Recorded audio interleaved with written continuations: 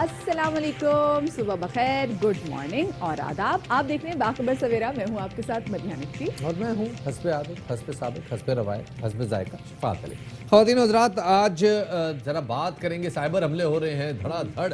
اس حوالے سے ذرا بات کریں گے. بڑا سائبر حملہ جو ہے اس کو ناکام بنایا گیا ہے. ساتھ ہی کل کچھ تصاویر شیئر کی گئی تھی سوشل میڈیا پہ. حیدرآباد کے نزدیک ایک بڑی تقریباً 250 سے 300 سال پرانی ایک ہیریٹیج سائٹ ہے، دھینگو رانی ماڑیو. وہاں پر محکمہ آثار قدیمہ کی جانب سے کچھ تزئین و آرائش کا کام کیا گیا تھا، لیکن بڑا عوامی رد عمل سامنے آیا جی، اور وہ تصاویر ہٹا دی گئی. شفاعت، کیونکہ جب ہم ٹریول کرتے ہیں، دنیا جہاں ہم جاتے ہیں، تو جو تاریخی مقامات ہوتی ہیں ان کو جس طریقے سے وہ تھیں اسی طریقے سے کوشش کی جاتی ہے کہ اس کو پرزرو کیا جا سکے. لیکن سم ہاؤ ایسا بھی ہوتا ہے کہ ہمیں تزئین و آرائش کا صحیح معلوم مطلب نہیں پتہ. ہمیں ہوتا ہے کہ ہم اس پہ تھوڑا پینٹ کر دیں، اس کو خوبصورت کر دیں، چمکا دیں، لوگ آئیں اچھی لگیں. تو ایسا نہیں ہوتا. یہ بڑا کرائم ہوتا ہے کہ آپ کسی چیز کی اصل شکل ہی بدل دیں. ویسے گل دساں کس نے دسی نا، دسو. یہ وہ جنہوں نے جس طرح انہوں نے اس کو بنایا ہے نا وائٹ کر کے، ہاں، اس کی ایکچوئل شکل بھی ایسی ہے. سفید رنگ دی سی. سفید رنگ کی یہ بلڈنگ تھی اور یہ بہت بڑا ایریا ہے. کچھ 2-2.5 کلومیٹر میں یہ سارے آثار پھیلے. کتنی پرانی ہے شفاعت یہ؟ 200 سے 250 سال پرانی. اتنی زیادہ پرانی بلڈنگ نہیں ہے، لیکن چونکہ یہ تباہ ہو گئی تھی پوری کی پوری اور اس پہ ریڈرز آئے تھے، انہوں نے تباہ کر دی تھی. تو اس وجہ سے اس کو ذرا مسجد کو رینوویٹ کرنے کی مسجد کے ساتھ ویسے بھی ذرا اگر ایسی ہی تھی اور اصل حالت میں بحال کیا جائے تو اچھا. اگر خیر ساری ابھی باتیں کر دیں گے تو بعد میں شو میں آپ کو کیا بتائیں گے. تو جلدی سے نظر ڈال لیتے ٹاپ سٹوریز پہ. جی، تو یہ تو تھی آپ کے سامنے ٹاپ سٹوریز، اور سب سے پہلے بات کریں گے ایک اہم ترین خبر کے حوالے سے کہ بھارتی ایجنسی را کی امن و امان کی صورتحال مزید خراب کرنے کی بڑی سازش جو ہے وہ ناکام بنا دی گئی ہے. حساس اداروں کی اہم کارروائی میں بھارتی خفیہ اداروں کے سائبر اٹیک حملوں کا سراغ لگاتے ہوئے انہیں غیر مؤثر کر دیا گیا ہے. جی جناب، اور بہت سارے لوگ جو کہ ویب پہ ذرا ایکٹیویٹی کرتے رہتے ہیں ان کو پتہ ہے کہ آج کل تمام نیوز ویب سائٹس، تمام یوٹیوب چینلز، پاکستان سے چلنے والا ہر بڑا پلیٹ فارم آج کل سائبر اٹیکس کی زد میں ہے. اور اب یہ جو منصوبہ سیز کیا گیا ہے، جو پلان پکڑا گیا ہے، اس کے مطابق سرکاری اور دفاعی حکام کے موبائل اور ان کے آلات ہیک کرنے کی منصوبہ بندی بھی کی گئی ہے. ISPR کے مطابق دشمن ایجنسیوں کے مختلف ٹارگٹ کی تحقیقات کی گئی اور بروقت کارروائی کے ذریعے ان پر قابو پا لیا گیا. پاک فوج نے سائبر حملے روکنے کے لیے ضروری حفاظتی اقدامات بھی بڑھا دیے ہیں. تاہم تمام حکومتی اداروں کو سائبر سیکورٹی کے اقدامات کی ایڈوائزری بھی جاری کر دی گئی ہے. اور تفتیشی ذرائع کے مطابق کراچی میں کریکر حملوں میں معاونت فراہم کرنے والے مقامی دہشت گرد نیٹ ورک کے 12 افراد کو بھی حراست میں لیا گیا ہے اور ان سے تفتیش بھی جاری ہے. اور اس تفتیش کے مطابق تمام کریکرز حملوں میں RGD1 مواد استعمال کیا گیا ہے. کراچی میں مختلف مقامات پر، جبکہ گھوٹکی اور لاڑکانہ میں بھی سیکیورٹی اہلکاروں کو ٹارگٹ بناتے ہوئے یہ کریکرز حملے کیے گئے تھے. بھارت مسلسل روایتی اور جدید طریقوں سے پاکستان میں امن و استحکام کو نقصان پہنچانے کی کوشش کر رہا ہے، لیکن ہر بار اسے سبکی کا سامنا کرنا پڑتا ہے. 26 جولائی کو پاک فوج کے جوانوں نے لائن آف کنٹرول کے سیکٹر پانڈو میں بھارت کا رواں برس 10واں جاسوس ڈرون بھی مار گرایا تھا. اسی حوالے سے بات کرنے کے لیے ہمارے ساتھ موجود ہیں معروف تجزیہ کار جناب حارث نواز صاحب. انہیں شامل گفتگو کرتے ہیں. حارث صاحب، سائبر اٹیکس پاکستان کے لیے ڈیفینیٹلی کوئی نئی چیز تو نہیں ہے، لیکن اتنے بڑے پیمانے پہ لوگوں کے فونز ٹریس کرنا، ان کا ڈیٹا ہیک کرنا، یہ کس قدر سنگین کرائم ہو سکتا ہے؟ دیکھیں، انڈیا جو ہے وہ تمام حدیں پار کر چکا ہے. کوئی ان میں ابھی نہ انسانیت ہے، نہ ایک نیبرہڈ ہے، نہ کوئی چیز ہے. یہ وجہ بیسیکلی یہ ہے کہ اس وقت جو انڈیا کے حالات ہیں، جتنا آئسولیٹ ہوا ہے، وہ پاکستان کو ٹالریٹ نہیں کر سکا، اور اس کی وجہ سے وہ حربہ استعمال کرتا ہے جس میں کوئی نہ کوئی طریقے سے پاکستان کو نقصان پہنچا. اور اب یہ سائبر اٹیک یہ ایک بہت ہی امپورٹنٹ، اور آج کل یہ ڈیجیٹل وارفیئر میں اور سائبر کرائم میں سب سے اہم ہے، جس میں تمام آپ کے جو ڈیٹا ہوتا ہے، چاہے آپ کے موبائل فونز ہیں، آپ کے لیپ ٹاپس ہیں، آپ کے آفیشیل انفارمیشن ہیں، یہ ساری ہیک کر لیتے ہیں. اور اس کے بعد ان کو ایڈوانس انفارمیشن مل جاتی ہے کہ واٹ وی آر پلاننگ اور ہم کیا کرنا چاہ رہے ہیں. اور اس کے ساتھ ساتھ جس طریقے سے 5th جنریشن وار ہے، اس پہ بھی اٹس پارٹ آف دیٹ، جس میں آپ کو آپ کے سامنے اسٹاک ایکسچینج پہ حملہ ہوا، سلیپر سیل ہوئے، وہ بھی اسی طرح چیزیں تھیں. تو یہ ایک بہت اہم ہے، اور اس میں سب سے خطرناک چیز یہ ہوتی ہے کہ آپ کے جو پلانز ہوتے ہیں لڑائی کے، وائرلیس کمیونیکیشن میسیجز ہوتے ہیں جس میں آپ فارورڈ پلاننگ کرتے ہیں، موومنٹ کی پلاننگ کرتے ہیں، ساری ہیک کر لی جاتی ہیں. اور یہ بہت بڑا کارنامہ ہے ہمارے آئی ایس آئی کا، اور اسی لیے دنیا میں آئی ایس آئی نمبر 1 ہے کہ ہم کوئی بھی نقصان سے پہلے اس کو پکڑ لیتے ہیں اور اس کے لیے پھر ہم سرٹن حفاظتی تدابیر کر لیتے ہیں. بالکل حارث اور صاحب، یہی ہم ایون نے ہماری ابھی انٹیلیجنس ایجنسیز کی وجہ سے یہ ہے کہ ہم ایک بہت بڑے نقصان سے بچ گئے. لیکن اگر دیکھا جائے بھارت کی اپنی صورتحال آپ دیکھ لیں کتنی غیر مستحکم اس کی اپنی اندر کی صورتحال، ان کے اندر کے مسئلے مسائل جو وہ ختم ہونے کا نام ہی نہیں لے رہے، اور دوسری جانب وہ مسلسل کوشش کر رہے ہیں کہ کسی نہ کسی طریقے سے پاکستان کو غیر مستحکم کیا جائے. تو یہ جو ان کی حرکتیں ہیں اس سے خطے کو کتنا نقصان ہو سکتا ہے؟ دیکھیں، وجہ یہ ہے کہ انڈیا جو نریندر مودی جو ایک گجرات کے مسلمانوں کا کسائی ہے، ایکسٹریمسٹ ہندو انتہا پسند ہے، اور یہ 3-4 کا جو ٹولہ ان کا بنا ہوا ہے ساتھ ان کے ساتھ، وہ اب آئسولیشن میں ہو گئے ہیں. عوام ان سے متنفر ہیں. چائنا میں ان کو مار لگی ہے، کشمیری ان کو مار رہے ہیں، مائنورٹیز کی پرابلم ان کو ہوئی ہوئی ہیں، اور پھر اکنامک پرابلم ان کی چل رہی ہیں. پھر سب سے بڑی بات ہے کووڈ-19 ان کے روزانہ 40 سے 50,000 لوگ وہ اس کا شکار ہو رہے ہیں. بالکل. سو اس کو ڈائیورٹ کرنے کے لیے وہ حربہ استعمال کرتا ہے کہ عوام کی ٹینشن ڈائیورٹ ہو جائے، چاہے وہ لائن آف کنٹرول میں فائر کرے، کبھی کوڈ کاپٹر آپ کے سامنے بھی 10واں گرہ ہے پاکستان میں، فارورڈ پوزیشن کی فوٹوگرافی کرتے ہیں. یہ کرنا عوام کی ٹینشن ڈائیورٹ کرنا چاہتا ہے تاکہ لوگ اس سے جو خلاف ہو گئے ہیں وہ نہ ہو سکیں.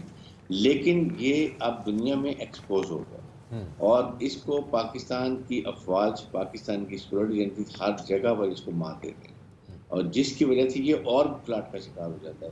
یہ پرابلم ہے. لیکن آئی تھنک یہ جو ابھی حفاظتی تدابیر بتا دی ہیں، گائیڈ لائن بتا دی ہیں پاکستان کے افسر جو ہمارے یہاں کے انچارج ہیں ان لوگوں نے، تو ابھی اس کو بڑی اچھی افیکٹو طریقے سے قابو پا لیا. پھر سارا سیکورٹی کا بتا دی کیسے اس کو چیک کرنا ہے اور ہم نے اس کو ڈیفیٹ کرنا ہے. تو مجھے امید ہے کہ یہ کسی حد تک بھی کامیاب نہیں ہوں گے، لیکن یہ کوشش کرتا رہتا ہے کیونکہ اس کے ہیں ہیجمونک ڈیزائن، اور پاکستان اس کے لیے سب سے بڑا اسٹمبلنگ بلاک ہے. دیٹ از دا ریزن یہ کرنا چاہتے ہیں. سی پیک کے لیے یہ اندھے ہوئے ہیں، سی پیک نہیں بننا دینا چاہتے. یہ چاہتے ہیں کہ پاکستان اکنامک ترقی نہ کرے، کیونکہ ہم ایک اسلامک ملک ہیں، ہم ایک نیوکلیر ملک ہیں. اگر ہم اکنامک ترقی کریں گے تو ہم اپنے فیصلے حارث نواز مفادات پہ کریں صاحب، گے. آلریڈی بھارت اکنامک کرائسس میں جا رہا ہے. ایک ٹائم تھا کہ بھارت خود کو کلیم کر رہا تھا کہ وہ چائنا کے پیرالل اکانومی ڈیولپ کر رہا ہے. اب ایسا نہیں ہو رہا، اور بھارت کے تعلقات گزشتہ چند ماہ میں اپنے تمام پڑوسیوں کے ساتھ خراب ہو گئے ہیں. حتیٰ کہ بنگلہ دیش کے ساتھ بھی اب بھارت کے تعلقات خراب ہو چکے ہیں. ایسی تمام صورتحال میں بجائے اس کے کہ بھارت ڈپلومیسی کا اور اپنے امیج کو سافٹن کرنے کے لیے کوئی راستہ اختیار کرے، بھارت پاکستان کے ساتھ ایسکلیشن چاہتا ہے. یہ دور رس نتائج اس کے کیا ہو سکتے ہیں؟ دیکھیں، ایسکلیشن وہ اس لیے چاہتا ہے، وہ چاہتا ہے کہ جو پاکستان اور چائنا مل کے سی پیک کو بنا رہے ہیں، یہ امریکہ اور انڈیا نہیں چاہتے، اور امریکنز انڈین کو استعمال کر رہے ہیں ایز اے پراکسی کے طور پر. پہلے لداخ میں کیا، مار پڑی ہے. اس کے بعد کشمیر میں نوجوان ان کو مار رہے ہیں. اب یہ چاہتا ہے کہ یہاں پر ایسکلیشن ہو، اور یہ نہیں ریلائز کرتا کہ دو نیوکلیر ملکوں کی اگر خدا نہ خواستہ لڑائی ہو جائے تو وار کے ڈائنمکس کا پتہ نہیں ہوتا کہ وہ اینڈ کہاں جا کے ہوتی ہے. اور یہ نہیں ان کو سمجھ، یہ ہندو اسٹیٹ ایک ہے، دنیا میں ایک ہندو اسٹیٹ ہے. مسلمان تو 57 ملک ہیں، تو اگر پاکستان میں نقصان ہو تو ہندو تو پوری دنیا میں ختم ہو جائے گا. یہ ان کو سمجھ نہیں آتی ہے. اور صرف اس وجہ سے کہ بھوٹان، نیپال جو ان کی بالکل کنٹرول میں ہوتے تھے، لینڈ لاک کنٹری افغانستان کی طرح تھے، وہ بھی ان کو چھوڑ گئے. اب ان کے ساتھ کوئی ایران نے بھی چھوڑ دیا، تو اب یہ ٹوٹل آئسولیشن میں ہے. یہ وجہ بیسیکلی کہ یہ ایسکلیشن چاہتا ہے، اپنی عوام کی ٹینشن ڈائیورٹ کرنا چاہتا ہے، اپنے اقتدار کو قائم رکھنا چاہتا ہے. یہ وجوہات ہیں جس کی وجہ سے یہ چاہتا ہے کہ ایسکلیشن ہو. لیکن پاکستان پرووکیشن میں نہیں آ رہا. پاکستان کو پتہ ہے کہ ہم نے کب اس کو مارنا ہے، اگر یہ حد سے زیادہ کراس کرے گا تو آپریشن کرے گا. ادروائز ہم پیس چاہتے ہیں، ہم اکنامک ترقی چاہتے ہیں، لیکن اگر لڑائی کی تو پھر ہم اینٹ کا جواب پتھر سے دیں. اگر لڑائی کی تو اینٹ کا جواب پتھر سے دیں گے. اگر دیکھیں حارث صاحب، انڈیا جو مقبوضہ وادی میں جو نہتے کشمیریوں کے ساتھ کر رہا ہے دنیا دیکھ رہی ہے. لائن آف کنٹرول کی وائلیشن انڈیا کر رہا ہے، ہیومن رائٹس کی مسلسل وائلیشن انڈیا کر رہا ہے، اب یہ سائبر انویژن بھی انڈیا کر رہا ہے. انڈیا کی تو حیثیت ایک شتر بے مہار جیسی ہوگی، اس کو لگام کیسے ڈالا جا سکتا ہے؟ دیکھیں، یہ روگ اسٹیٹ ہو گئی ہے. اور یہ جو ایک انتہا پسند ہندو ہے اس کے ساتھ جو 3-4 کا ٹولہ، یہ بیسیکلی انڈیا کو ایک ہندو اسٹیٹ بنانے میں لگے ہوئے ہیں، اور یہ مسلمانوں کو برداشت ہی نہیں کر رہے ہیں، لیکن یہ ریلائز نہیں کر رہے ہیں کہ اس سے یہ نریندر مودی اپنے عوام کا دشمن ہے، کیونکہ یہ انڈیا کی ابھی آپ دیکھیں گے اگر رشیا کی 15 سوویت یونین 15 اسٹیٹس میں ٹوٹ سکتا ہے، تو کیا انڈیا کی فوج جو کمزور ہے، نالائق ہے، انٹرینڈ ہے، تو یہ تو بالکل ہی اس کو توڑ کے رکھ دیں گے، اور انڈیا کی توڑ پھوڑ شروع ہو گئی ہے، وہاں پہلے ہی انسلیٹس موومنٹ چل رہی ہیں، سکھ ان کے خلاف بیٹھے ہوئے خالصتان کے لیے، کشمیری نکلنے کے لیے بیٹھے ہیں، پھر اس کے بعد آپ کے کرسچن کے ساتھ جتنا ہی ظلم و برگریت کرتے ہیں، یہ کسی کو بھی نہیں چھوڑ رہے ہیں، تو اس لیے اب ان کا مجھے تو رائٹنگ آن دا وال نظر آ رہی ہے کہ انڈیا ٹوٹے گا اور یہ دیکھیں کتنی ریاستوں میں تقسیم ہو جائے گا۔ صحیح، بہت بہت شکریہ جی، ہمارے ساتھ موجود تھے تجزیہ کار جناب حارث نواز صاحب، بتا رہے تھے کہ جی بھارت کو اب ذرا کنٹرول کرنے کی ضرورت ہے۔ اس وقت آپ کو لیے چلتے ہیں اسلام آباد، جہاں این ڈی ایم اے چیئرمین میڈیا سے بات چیت کر رہے ہیں۔ اور تمام ادارے آپ کو ڈسپوائنٹ نہیں کریں گے، بہت مہربانی۔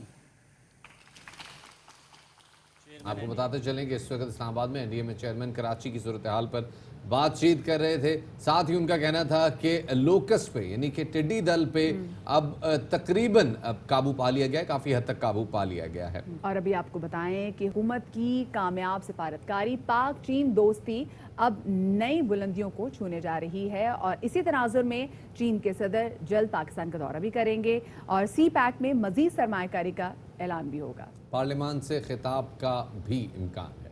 اچھا، اب جو میں آپ سے بات شیئر کرنے جا رہی ہوں، میں چاہ رہی ہوں میں ضرور شیئر کروں، کیونکہ جب ہم ٹاپ سٹوریز آپ کے سامنے پیش کر رہے تھے تو اس میں ایک ایسی ٹاپ سٹوری تھی جس میں مجھے لگ رہا تھا کہ شفاعت کی جو روح ہے نا وہ پرواز کر کے بی آر ٹی میں پہنچ گئی ہے، کیونکہ شفاعت کا انرجی لیول اس وقت میں دیکھ رہی تھی کہ شفاعت کی اتنی زیادہ ایکسائٹمنٹ صبح صبح، اور یہ ایکسائٹمنٹ کیوں نہ ہو کیونکہ شفاعت کتنے سالوں بعد بی آر ٹی کا منصوبہ جو ہے فائنلی مکمل ہونے جا رہا ہے۔ وعدہ تو 6 مہینے کا تھا، 6 مہینے میں بنا دیں گے، پھر اس کے بعد کہا اچھا چلیں 6 مہینے اور لے لیں، پھر 6 مہینے اور، پھر 6 مہینے اور، ہوتے ہوتے ہوتے ہم نے جب اپنا شو لانچ کیا تھا تو ہمارے شو کا دوسرا پروگرام جو تھا وہ بی آر ٹی کے حوالے سے تھا، کیونکہ بی آر ٹی کی انوگریشن ڈیٹ آ گئی تھی 23 مارچ 2019۔ اور شفاعت آپ کو یاد ہے ہم نے تو بالکل اتنے سپنے سجا لیے تھے کہ ہم جائیں گے، ہم بھی بی آر ٹی میں جا کے ہم بھی سیر شیر کریں گے، ہم بھی کارخانوں مارکیٹ تک جائیں گے، دیکھیں گے ایگزیکٹلی بی آر ٹی کا منصوبہ کیسے کام کر رہا ہے۔ فائنلی ہو رہا ہے یہ، فائنلی جناب آج بی آر ٹی کا افتتاح ہونے جا رہا ہے۔ 27 کلومیٹر میں 30 اسٹیشنز ہیں، اور ان 30 اسٹیشنز پہ جناب جو تقریباً پورے پشاور کو کور کر رہے ہیں، یعنی پشاور اس میں جو فیڈر روٹس بھی انکلوڈ کیے گئے ہیں، اس کے بعد اب بی آر ٹی تقریباً پورے شہر میں unlike any other metro project cover کر رہا ہے، اور نہ صرف یہ کہ یہ پشاور کے نہایت ڈینسلی پاپولیٹڈ ایریاز کو کور کر رہا ہے، بلکہ وہ ایریاز جہاں پہ ذرا جو مزدور طبقہ افراد جاتا ہے، جیسے انڈسٹریل ایریا ہے یا صدر کا علاقہ ہے، ان علاقوں کو بھی کور کرتا ہے۔ اچھا شفاعت، اس 23 کلومیٹر میں کون کون سی اہم ایسی جگہ آتی ہیں، کون کون سی اہم ایسی عمارتیں ہیں جو کہ ٹورسٹ اٹریکشن بھی ہو سکتی ہیں؟ اس حوالے سے بتا رہے ہیں ہمارے نمائندے عدنان طارق۔ اور اللہ کرے جو مزہ عدنان کو ہے نا پھر عوام کو بھی ایسے، اور اسپیسیفکلی شفاعت یہ تو بڑی اچھی بات ہوگی، مطلب جو ٹورسٹ گئے ہوں گے پشاور ان کے لیے تو آسان ہو، بی آر ٹی میں بیٹھے راستے میں جو تاریخی عمارت آتی رہی گزرتے رہے، لیکن یہ جو آخر میں عدنان نے بات کی ہے نا کہ وہ جو پشاور کی روایتی بسیں چلے چلے چلے چلے 408 رنگ روڈ چلے، وہ جو اور اس کو بس کو کہتے ہیں راکٹ، وہ واقعی راکٹ بن کے اڑ رہا ہوتا ہے، اور وہ بے دریغ ہوتا ہے، وہ سامنے کو بچہ آ جائے کچھ آ جائے، وہ بے دریغ راکٹ چل رہا ہوتا ہے۔ راکٹ بہت لوگوں کو یاد آئے گا، تو لیکن بہرحال یہ بس جو ہے میرے خیال میں راکٹ سے بہت بہتر ہے۔ ایک چھوٹا سا بریک لے لیتے ہیں، چلو بریک واخ لو، بریک کیا۔ Welcome back after the break. Karachi شہر کی بدترین صورتحال پر سپریم کورٹ نے سخت ریمارکس دیے۔ کراچی رجسٹری میں نالوں پر تجاوزات کے خلاف آپریشن پر سماعت کے دوران چیف جسٹس نے کہا کہ کراچی گوٹ بن چکا ہے، مچھر مکھیوں کا ڈھیر لگا ہے اور لوگ پتھروں پر چل کر جاتے ہیں۔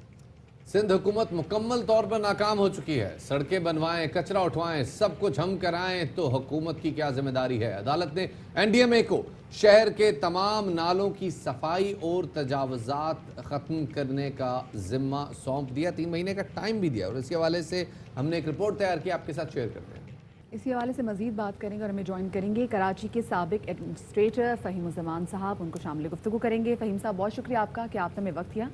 फ़हीम साहब, क्या ऐसी वजूहात हैं कि कराची में जो इंक्रोचमेंट का मसला है, कराची में जो बिजली का मसला है, कराची में जो कचरे का मसला है, कराची में जो पानी का मसला है जो कि दिन ब दिन बढ़ता जा रहा है, ये किसी भी तौर पर हल होने का नाम ही नहीं लेता? सबसे पहले तो शुक्रिया कि आपने मुझे प्रोग्राम में शामिल किया। देखिए, कराची के जितने मसाइल आपने जिनका तरफ इशारा किया है, ये तमाम वसाइल दो चीज़ों से पे डिपेंड करते हैं। एक तो गवर्नेंस का इशू है और दूसरा वसाइल का इशू है। गवर्नेंस इस वक्त कराची में अमलन ज़ीरो है और उसकी एक बड़ी वजह यहाँ का सिंध लोकल गवर्नमेंट ऑर्डिनेंस है, जिसने कराची को मुख्तलिफ हिस्सों में बांट दिया। उससे पहले भी कराची अगर 5 DMCs डिस्ट्रिक्ट्स और 6 कैंटोनमेंट बोर्ड्स में था। कोई भी शरीफ शहर इस तरह से मैनेज नहीं किया जाता। एक बात तो ये, आप जितने शहर के हिस्से बखरे करोगे वो नतीजे में बदहाली का शिकार होगा। दूसरी बात है वसाइल।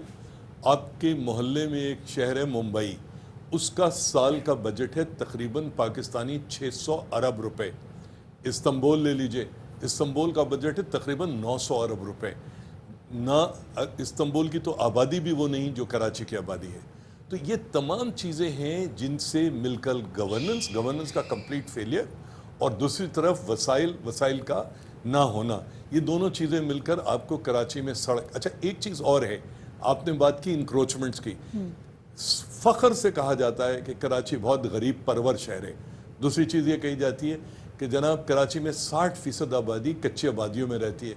तो भाई, अगर गरीब परवर शहर है, अगर आबादी कच्ची आबादी में रहती है, मतलब उसको सरकार ने नहीं बसाया, अपनी मर्जी से उसने कैंप कर लिया है, तो उसका नतीजा क्या निकलेगा? यही निकलेगा ना जो बदहाली इस वक्त आपको शहर में नज़र आ रही है। साहब, मामला सिर्फ यहाँ तक तो नहीं है, मामला ये भी है कि वफाक और सूबाई हुकूमतें आपस में चक्कलिश रखती हैं और कराची के मामले में लीड कौन लेगा ये डिसाइड नहीं हो पाता। अब कल कुछ रिमार्क सामने आए कोर्ट में कि जी वफाक के पास कराची के हवाले से कुछ ऑप्शंस हैं।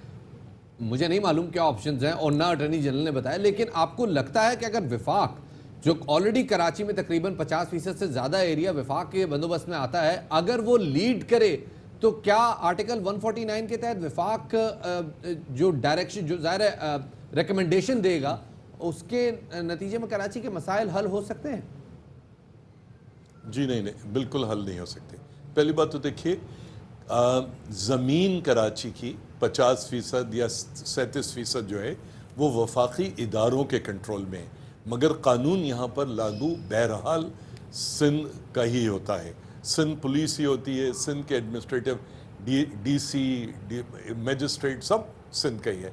तो पहली बात तो ये कि हाँ, अगर आप इसको वफाक के उसमें ट्रांसफ़र करते हैं, किस उससे करेंगे? चीन में 4 बड़े उनके शहर जो हैं वो वफाक के कंट्रोल में, बीजिंग, शंघाई, शेंजन और 2 और, मतलब ये 2 शहर और हैं। तो वो किया जा सकता है, मगर उसका नतीजा इस मुल्क की जो ओवरऑल सियासी फिजा है उस पर क्या होगा? देखिए, बुनियादी तौर पे कराची के मसाइल को समझने की ज़रूरत है। आपने बात की कि जी बारिश हम हर साल होता है, पिछले 20 साल से मैं देख रहा हूँ। बारिश आती है, बारिश से पहले नालों की सफाइयाँ शुरू होती हैं, हल्की फुल्की बारिश होती है, बहुत बुरा भला पड़ता है, और फिर उसके बाद बारिश ख़त्म हो जाती है, नालों का मसला ख़त्म हो जाता है। अभी भी 15 दिन में बारिशें ख़त्म हो जाएंगी, लोग भूल जाएंगे। नाले साफ करना कराची के जो मसाइल की तरफ आप तवज्जो दिला रहे हो उसका हल नहीं है। कराची के अंदर स्टॉर्म वाटर ड्रेन्स यानी बरसाती नालों और स्विच सिस्टम की जो रिहेबिलिटेशन है उसके ऊपर डोनर फंडेड स्टडीज़ हुई हैं, जिसमें बहुत सारे लोग का हिस्सा है। कराची में उन जो प्लान्स हैं उनको इम्प्लीमेंट करने की ज़रूरत है। आप नाले साफ़ करोगे, इन नालों में 38 मेजर और 512 सेकेंडरी जो नाले हैं उनमें तकरीबन 300 मिलियन यानी कि 30 करोड़ गैलन सुवेज हर रोज़ाना गिरता है। आप साफ़ करके जाओगे वो दोबारा भर जाएंगे, उससे हल क्या होगा? आपको सुवेज को और बरसाती नालों को الگ کرنا پڑے گا بجائے اس کے کہ آپ صرف دیکھیں میرے نزدیک کراچی کا کوئی شارٹ ٹرم حل نہیں ہے. میں کراچی کے صاحب لیے اسی کی طرف آتا ہوں. شارٹ ٹرم حل کی طرف ہم بات بھی نہیں کرتے, لیکن جو اس وقت ہم دیکھ رہے ہیں کراچی میں کوئی ایکویلیبریم نہیں ہے اختیارات میں. ایگزیکٹو اتھارٹی کون ہوگا, کس کو لیڈ کرنا ہے, یہ طے نہیں ہو پا رہا. اور اب باتیں ہو رہی ہیں کہ جی وفاق کے پاس آپشنز ہیں, گورنر راج یا آرٹیکل 149, اس کے تحت کچھ ہو سکتا ہے. گورنر راج اگر مثال کے طور پر ساری دیکھیے یہ ساری مکاری کی باتیں, ان کا کوئی مطلب نہیں ہے. دیکھیے آج تک وہ وفاقی ادارے جو کراچی کے اندر زمینیں کنٹرول کرتے ہیں, انہوں نے کراچی کے بلدیاتی اداروں کو گھسنے نہیں دیا. اگر آپ کراچی کی اگر کے ایم سی کی بات کرتے ہیں تو 25-30% تو کے ایم سی کا حصہ بنتا ہے, باقی تو سارا کا سارا پروونشل ادارے, فیڈرل ادارے یہ بنتے. آپ کو ضرورت اس بات کی ہے کہ آپ کراچی کو بجائے بانٹنے کے ایک شہر کے طور پہ دیکھیے اور اس کے بعد اتھارٹی اور رسپانسبلٹی ڈیوالو کیجئے, مگر اس کو مجتمع کیجئے. پہلے دیکھیے 1994-95 میں بینظیر صاحبہ کے دور میں کراچی میں پبلک سروسز کوارڈینیشن بورڈ بنا تھا جو سنگاپور کے پبلک یوٹیلیٹیز بورڈ کی لائنز پہ تھا. وہ بورڈ ٹیکنیکلی آج بھی ایگزسٹ کرتا ہے, اس کو چیئر کرتا ہے chief secretary Sindh. Chief secretary اور آئی جیز جو ہیں وہ بنیادی طور پہ 2 فیڈرل اپوائنٹیز ہوتے ہیں کسی صوبے میں. تو اگر چیف سیکرٹری صاحب اگر وہ میٹنگز بلائیں, سارے لوگوں کو بٹھائیں اور ان مسائل کا حل نکالیں, کراچی کو ایک شہر کے طور پہ دیکھنا شروع کریں بجائے اس کے کہ کراچی کے حصے بکھرے یا یہ کہ اسلام آباد کچھ کرے گا. آج تک اسلام آباد نے جتنے پیسے کراچی کو دینے کی بات کی, میگا پروجیکٹس فلانا فلانا, ان میں ٹکے کا کچھ نہیں ہوا. ایون اگر آپ این ڈی ایم اے کی بات کرتے ہیں, آپ 2012 میں ایف ڈبلیو او کو K4 کا ٹھیکہ ملا تھا, نیگوشیٹڈ پرائز 25 ارب پہ, آج وہ 43 ارب کو کراس کر گیا ہے, 75 ارب روپے پہ جا رہا ہے. آج تک ایک بوند کراچی میں پانی نہیں آئی. تو اگر آپ یہ سمجھتے ہیں کہ F W O, N D M A یا اسلام آباد کے پاس کراچی کے مسائل کا حل ہے, تو یہ صرف اور صرف جو ہے اپنے آپ کو دھوکہ دینے والی بات ہے. آج آپ ایک سر سے تاج اٹھا کے دوسرے کو بنا دو, دوسرا کو ایف ڈبلیو او یا این ڈی ایم اے کیا کرے گی؟ اگر نانے نکالنے ہیں تو یہ کراچی کے اندر جو ایکسکیویٹرز ہیں, بیک ہو ٹریکٹرز ہیں, بلڈوزرز ہیں, انہی سے صفائی کرے گی نا. دیکھیں نالے کو صفائی کرنے کے لیے آپ کو مک اٹھا کے کناروں پہ ڈالنا پڑتا ہے کیونکہ یہ گیلا ہوتا ہے, اس کو ہفتے 10 دن سکھایا جاتا ہے, پھر ٹرکوں میں لے کے جایا جاتا ہے. آپ اس بات کو ابھی آج کل نعرہ بازی ہو رہی ہے کہ این ڈی ایم نے نالے صاف کر دی, یہ کوئی معنی نہیں ہے. کراچی کو لانگ ٹرم میں دیکھیے, اوور آل دیکھیے, کراچی کو جو وسائل کراچی کو لانگ ٹرم میں دیکھنا چاہیے دیجئے. اور ایسے پالیسی بنانی چاہیے جس سے لوگوں کو فائدہ ہو اور شارٹ ٹرم سولوشنز کے بجائے لانگ ٹرم سولوشنز کی طرف جانا چاہیے. بہت شکریہ جی, زمان صاحب ہمارے ساتھ موجود تھے.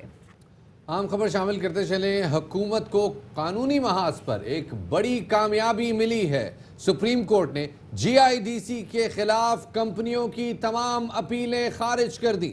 کمپنیوں کو گیس انفراسٹرکچر ڈیولپمنٹ سیس کی مد میں 417 ارب روپے ادا کرنے ہوں گے. سپریم کورٹ نے 20 فروری کو یہ فیصلہ محفوظ کیا گیا تھا اور سپریم کورٹ کے 3 رکنی بینچ نے 2-1 کی اکثریت سے فیصلہ سنایا. آپ کو ایک بار پھر بتاتے چلیں کہ سپریم کورٹ نے جی آئی ڈی سی کے خلاف کمپنیوں کی تمام اپیلیں خارج کر دی ہیں اور اب کمپنیوں کو گیس انفراسٹرکچر ڈیولپمنٹ سیس کی مد میں 417 ارب روپے ادا کرنے ہوں گے. اسی حوالے سے مزید تفصیلات جانیں گے. ہمارے نمائندے حسن ایوب ہمارے ساتھ موجود ہیں. حسن, اس حوالے سے کیا مزید تفصیلات ہیں؟ جی بالکل, آج جسٹس مشیر عالم کی سربراہی میں جب سپریم کورٹ کے بینچ نے فیصلہ سنایا تو انہوں نے صرف ایک ہی لائن کہی کہ تمام اپیلیں ہیں وہ ہم خارج کر رہی ہیں. یہ 20 فروری کو محفوظ کیا گیا تھا فیصلہ, جسے سپریم کورٹ کے 3 رکنی بینچ نے اس کی سماعت کی تھی. آج جو فیصلے کی اناؤنسمنٹ ہوئی ہے اس میں 3 رکنی بینچ میں سے 2-1 کی اکثریتی فیصلہ ہے. حکومت نے آرڈیننس کے ذریعے جے آئی ڈی سی کے 220 ارب روپے معاف کر دیے تھے, جس کے بعد میڈیا اور اپوزیشن کی جانب سے بہت تنقید ہوئی تھی, جس کے بعد اٹارنی جنرل فار پاکستان نے یہ اناؤنس کیا تھا کہ وہ جے آئی ڈی سی کے معاملے کے اوپر سپریم کورٹ سے رجوع کریں گے اور سپریم کورٹ نے اگلی ہیئرنگ کی جو ہے وہ اپلیکیشن فائل کی تھی, جسے سپریم کورٹ نے جلدی ہی سماعت کے لیے مقرر کر دیا تھا. کافی لمبی اس کیس کی سماعت ہوئی اور تقریباً 20 فروری کو یہ فیصلہ محفوظ ہوا تھا, جس کی اناؤنسمنٹ آج ہوئی ہے. जिसके तहत हुकूमत को ये कानूनी महाज पर एक बड़ी कामयाबी मिली है और सुप्रीम कोर्ट ने JIDC के खिलाफ तमाम कंपनीज की जितनी भी अपीलें थी वो उनको खारिज कर दिया है। बुनियादी तौर पर ये कंपनीज जो थी ये हाई कोर्ट के फैसलों के खिलाफ जो है वो सुप्रीम कोर्ट में आई थी और आज सुप्रीम कोर्ट ऑफ पाकिस्तान ने तमाम अपीलों को खारिज किया और हुकूमत को ये 417 अरब रुपए जो है अब ये इन कंपनीज को अदा करने पड़ेंगे, जो कि गैस इंफ्रास्ट्रक्चर डेवलपमेंट जो है वो इसका टैक्स है जो इन कंपनीज ने एक लंबी तवील मुद्दत से जो है वो अदा नहीं किया था। अब ये तमाम की तमाम रकम इनको देनी पड़ेगी। हसन, ये बताइएगा, इस अपील में कॉटन मिल्स थी, टेक्सटाइल मिल्स थी, शुगर मिल्स थी, केमिकल कंपनीज थी, CNG स्टेशन थे, तो कुल मिला के कितनी कंपनीज ने ये सेस अदा करना है अब? देखिए ये तकरीबन 60 के करीब जो हैं ये कंपनीज हैं। गालिबन मुझे एग्जैक्ट जो है वो नंबर तो याद नहीं है और क्योंकि दो जो है वो मुख्तलिफ तरीके से ये सारी अपील आई थी, तो अगर कुल मिलाया जाए तो इनको कहा जा सकता है कि तकरीबन 113 जो है वो अपीलें थी। इन तमाम की तमाम जो अपीलें हैं इन तमाम को जो है सुप्रीम कोर्ट ऑफ पाकिस्तान ने खारिज कर दिया है। बड़ी लेंथी हेयरिंग हुई थी, सुप्रीम कोर्ट ऑफ पाकिस्तान के 3 रुकनी बेंच ने की थी, जिसमें जो जितनी भी कंपनीज हैं। ठीक है, बहुत शुक्रिया हसन अयूब आपका कि आपने हमें तफसीलन इस तमाम सूरत हाल से आगाह किया। और अभी ज़रा हम ये बात भी कर लें शफात, क्योंकि आजकल लोगों को ये लग रहा है कि जी क्योंकि पाकिस्तान ने बड़ी तेज़ी से और बड़े ज़बरदस्त तरीके से क्योंकि कोरोना वायरस पर काबू पाया है तो अब हमें ईजी हो जाना चाहिए, क्योंकि देखिए लॉकडाउन भी ख़त्म हो गया है और पाबंदियां भी उठा ली गई हैं और ज़िंदगी की जो तमाम रौनकें थी ये भी एक तरह से लौट आई हैं, सब कुछ फिर से खुल रहा है। तो क्या फिर हम पुरानी आदत एक बार फिर से अपना लें? क्या कोरोना वायरस का ख़तरा टल गया है? आपको ऐसा लगता है? तो आइए इस जश्न आज़ादी पर आप, मैं, हम सब मिलकर ये अज़्म करते हैं कि अपने मुल्क की सेफ्टी की जिम्मेदारी हम खुद उठाएंगे, क्योंकि तेरे मेरे हाथों से होगा सेफ पाकिस्तान। इसलिए तकरीबात से गुरेज करें, समाजी फासले का ख्याल करें, SOPs पर अमल करें, मास्क पहनना न भूलें, हाथों की सफाई का ख्याल करें, 20 सेकंड्स तक डेटॉल से हाथ धोएं, क्योंकि डेटॉल साइंटिफिकली कोविड-19 वायरस को ख़त्म करने में कामयाब साबित हुआ है। RB और ARY का अज़म है कि आपको और आपके घर वालों की हिफाजत होगी। 14 अगस्त पर आगही के लिए होगा साफ पाकिस्तान, जो डेटॉल का सोशल इम्पैक्ट प्रोग्राम है और इस हवाले से एक तराना भी लॉन्च किया गया है। आइए सुनते हैं। जनाब, ब्रेक के बाद खुशामदीद कहते हैं आपको बाखबर सवेरा में। और कल सोशल मीडिया पे जनाब बहुत सारे हमने देखे जी, आर्कियोलॉजी के माहिर थे, बहुत सारे, मुझे नहीं पता पाकिस्तान में इतने सारे मौजूद हैं, लेकिन बहरहाल जी कल हिंगो रानी माड़ियों का एक बहुत तारीख़ी विरसा है। 2 मसाजिद हैं, एक मज़ार है, बड़े अरसे से, ये तकरीबन 250 से 300 साल पुराने आसार हैं और कलड़ों के दौर की एक ज़बरदस्त आर्किटेक्चर है। इसकी रेस्टोरेशन के हवाले से महकमा सिंध के महकमा आसार कदीमा ने कुछ इकदाम उठाए, तो उसके ऊपर बड़ी शदीद तनकीद हुई और लोगों ने उसको बड़ा आड़े हाथों लिया और कहा गया कि जनाब आपने तो आसार कदीमा पे, यहाँ तक कमेंट्स आए कि चूना फेर दिया गया। लेकिन जो समझ में आया वो ऐसे कि जैसे आपने, जो मेरी अपनी ज़ाती असेसमेंट है कि जैसे आपने देखा होगा शाही हमाम है या शीश महल है या बादशाही मस्जिद का बैरूनी इलाका है या सहन है, जिस तरह से वो रिस्टोर किए गए थे तो कोशिश की गई थी कि उनको उनकी ओरिजिनल शक्ल के नज़दीक तरीन पहुँचाया जाए। कुछ ऐसी अटेम्प्ट तो बहरहाल हमें यहाँ भी नज़र आई है, लेकिन एक्चुअल क्या हुआ है इस पर हम क्यों बोलें? एग्जैक्टली जो माहिरीन से इस हवाले से राय जाने का हमारे साथ मौजूद है आलमी शोहरत याफ्ता पाकिस्तानी माहिर तामीरात मोहतरमा यास्मीन लारी साहिबा, उनको शामिल गुफ्तगू करेंगे। यास्मीन साहिबा, बहुत शुक्रिया आपका कि आपने बाखबर सवेरा में हमें वक्त दिया। अच्छा यास्मीन साहिबा, ये बताइएगा कि ये हिंगो रानी माड़ियों की जो मसाजिद है, गुम्बद है और यहाँ पर फैले जो दीगर आसार के बारे में ये सबसे पहले बताएं, ये तारीखी जो साइट है तारीखी एतबार से बड़ी अहमियत की हामिल है, जिस तरीके से इसको रिस्टोर करने की कोशिश की जा रही है, is it a right way? देखिए बात ये कि ये खंडर की सूरत में थी इमारतें काफ़ी जो थी और ये बड़ी अहम है इस लिहाज से कि कलहोरा राज जो था वो बहुत फैला हुआ था, 80 साल से ज़्यादा उनकी हुकूमत थी और पूरा अपर सिंध से लेके पंजाब तक इनकी सरहदें मिलती थी। तो ये बहुत ही अजीम तारीख़ी विरसा हमारे सिंध का है और हमें इसको संभालना, एहतियात से संभालने की ज़रूरत है। अभी जो हुआ ये है कि उन्होंने कोशिश तो की संभालने की, लेकिन मेरे ख्याल में उन्होंने बहुत सारी चीज़ें ऐसी कर दी जो कि उसको एक नया उन्होंने उसका अंदाज बना दिया।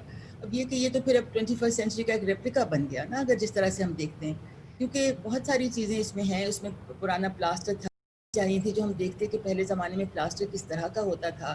اور نارملی یہ ہوتا تھا اگر آپ پلاسٹر کرتے بھی تھے تو چونے کا پلاسٹر تھا, اس کا اپنا خاص بڑا اچھا بڑا دھیما سا رنگ ہوتا ہے.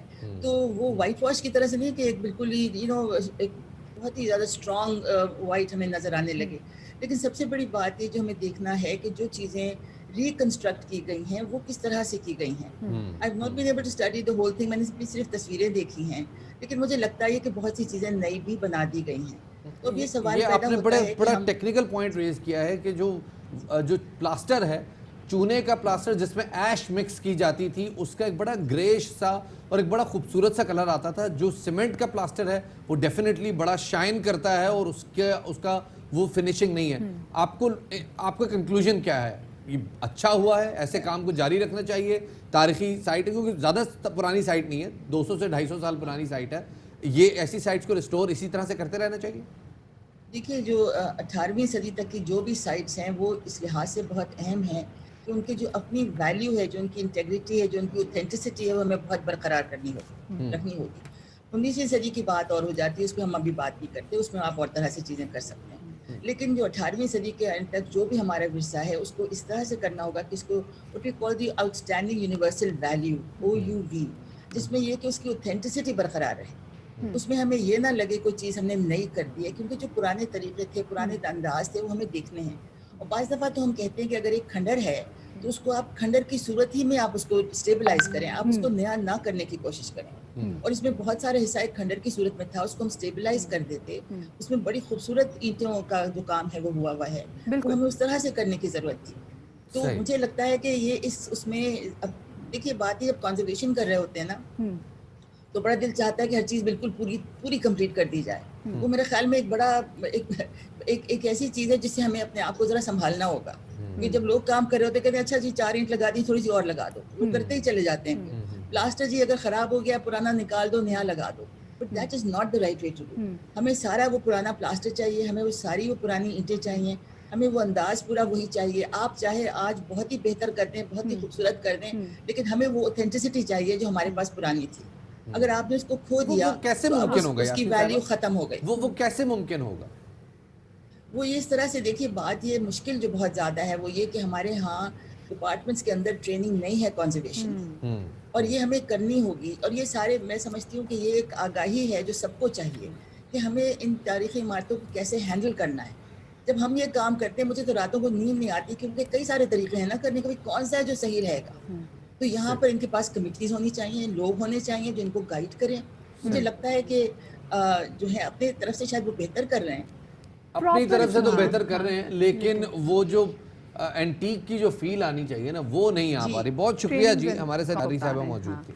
چلے جی اب آگے بڑھتے ہیں اور جلدی سے آپ کی ملاقات کراتے ہیں لاہور کے ایک ایسے ذہین اور محنتی بچے جس کا نام ہے طیب. اور طیب خود سے ایک ایسا آرگینک صابن بنا رہے ہیں جس کے اندر انہوں نے بچوں کے لیے ایک ٹوائے چھپا رکھا ہے. بڑے خوبصورت جو ہے یہ صابن بنا رہے ہیں. اور کووڈ-19 میں جب ہم نے بار بار اس حوالے سے بات کر رہے تھے کہ اپنے ہاتھ جو ہیں وہ بار بار دھوئیں, ایسے ٹائم میں ہم نے دیکھا کہ طیب نے بڑے پیارے آپ کے سامنے یہ کسی میں چھوٹی سی کار بھی ہے اور بہت سارے جو ٹوائز ہیں وہ بھی ایڈ کیے ہوئے ہیں. تو کیوں نہ اس حوالے سے ہم طیب سے ہی بات کر لیتے, طیب سے جانتے کہ طیب یہ آپ کو خیال کیسے آیا. تو اسی حوالے سے بات کریں گے, ہمارے ساتھ موجود ہیں طیب. ہم طیب کے پاس جائیں گے. اور یہ بڑی زبردست شفاعت, اتنے چھوٹے بچے کو اگر اس چیز کی آگاہی ہو جائے کہ ایک تو ہاتھ دھونا بہت زیادہ امپورٹنٹ ہے, اور ساتھ میں باقی بچوں کو اس نے کیسے کنونس کرنا ہے, موٹیویٹ کرنا ہے. میں یہ کام گھر میں مطلب دیسی طریقے سے کرنے کی کوشش کرتا ہوں, اور اس میں جو وہ ٹوائے آخر میں چھپاتے ہیں نا وہ نظر ہی نہیں آ رہا. وہ جو ٹرانسپیرنسی آ رہی ہے نا, یہ بڑا پروفیشنل کام کیا ہوا ہے بڑے خوبصورت طریقے سے. تو طیب سے بات کریں گے. السلام علیکم طیب, ویلکم ٹو باخبر سویرا اینڈ گڈ مارننگ. بچے سب سے پہلے تو مجھے بتاؤ, ٹھیک ہے طیب رابطہ نہیں ہو پا رہا, لیکن میرے خیال سے 10 بجے کے بعد ہی ہم جو ہے نا وہ اچھا آ گئے جی. طیب ہمارے ساتھ آ گئے. طیب بچے مجھے بتاؤ, یہ اتنا پیارا سا آئیڈیا آپ کو کیسے آیا کہ آپ نے اتنے پیارے پیارے سوپس بنانے جس کے اندر کچھ نہ کوئی ٹوائے چھپاؤ؟ پہلے تو میں چھٹیوں میں بور ہوں. السلام علیکم, بسم نہیں. میں پہلے بزنس شروع کرنا چاہتا تھا کیونکہ میں چھٹیوں میں بور ہو رہا تھا. تو پرابلم یہ تھی کہ میرے پاس کوئی آئیڈیا نہیں تھا. پھر میں نے سوچا کہ ایسے تو کوئی رینڈم سا آئیڈیا نہیں لا سکتا, جیسے کوئی الگ سی چیز خرید کے اس کو مہنگی پرائس میں بیچوں. تو میں نے سوچا کہ ایک لفظ ہے جو اس بار آج کل سب کو پتا ہے، وہ ہے کورونا وائرس. اگر میں اس کا کچھ نکال سکتا ہوں تو میری بہت زیادہ سیلز ہو جائیں گی. بڑی بات ہے. اچھا بیٹا مطلب آپ کے کوئی گھر میں کوئی ہے بزنس میں انٹرسٹڈ یا آپ ہی ہیں بزنس کے ساتھ؟ میں ہوں اور اینڈ مائی بگ سسٹر. اچھا اور آپ دونوں کی ایج کیا ہے؟ She is 14 and I am 11. اچھا تو بہن کو پہلے آئیڈیا آیا تھا یا آپ کو آئیڈیا تھا کہ میں نے یہ چیز کرنی ہے؟ No, she has a different business called Itty Bitty Creation. اچھا مجھے طیب مجھے بتاؤ، اگر مجھے اتنے پیارے پیارے جو یہ سوپ آرڈر کرنے ہیں، میں اس کو آرڈر کیسے کر سکتی ہوں؟ انسٹاگرام پہ ڈی ایم کرنا اور میسج ریکویسٹ بھیجنی ہے. تو یہ آپ خود آپریٹ کر رہے ہو؟ جی. اچھا مجھے یہ بتاؤ طیب، آپ کی یہ جو بڑی زبردست چیز ہے، اس کو دیکھ کے بڑا اچھا لگ رہا ہے. ہم نے سنا ہے کہ آپ نے جو اسے اماؤنٹ آ رہی ہے آپ اس کو چیریٹی میں بھی دے رہے ہیں، کیا یہ صحیح بات ہے؟ جی. کتنا % چیریٹی میں دے رہے ہو ابھی آپ؟ میں نے 5% سے شروع کیا تھا، پھر میں 20% تک گیا، 50, 60, 70, 90 اور اب میں 100 تک بھی جاتا ہوں کبھی کبھار. صحیح. اچھا اور طیب جب یہ اسکول کھل جائیں گے اس کے بعد بھی آپ بچوں کے لیے پیارے پیارے سوپس، آرگینک سوپس جو وہ بناتے رہیں گے؟ بناتا رہوں گا. I'll try my best.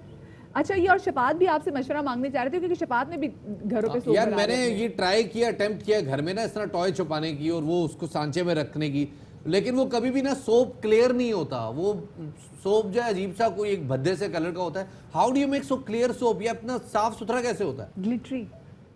اب جب میں نے شروع کیا تھا since the idea was new and I was no expert at it, اب مجھے بھی نہیں پتا تھا how to make. So I tried different things that I found organic things in my house and I finally found the right recipe.